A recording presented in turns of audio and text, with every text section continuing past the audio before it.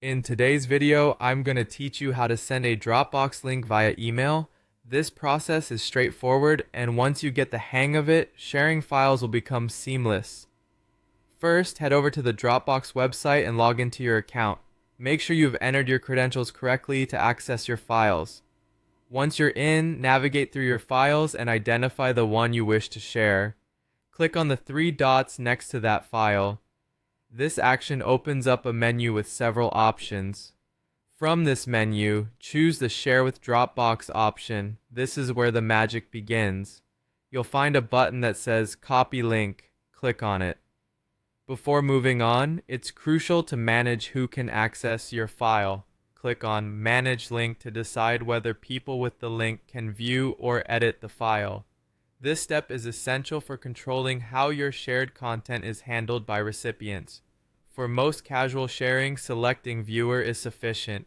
However, if you want them to make changes, opt for Editor. Once your settings are configured, copy the link again to confirm any changes. Now let's move over to the email side of things. Open your email client. In this case, we'll use Gmail. Once you're there, click on Compose to start a new message. This opens up a fresh email draft where you'll enter the details of your correspondence.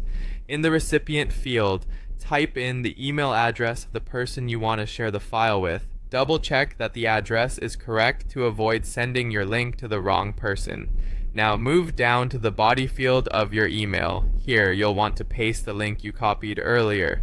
Right-click within the body field and select Paste. Your link will appear where indicated. Make sure it shows up correctly and test it by clicking it if needed.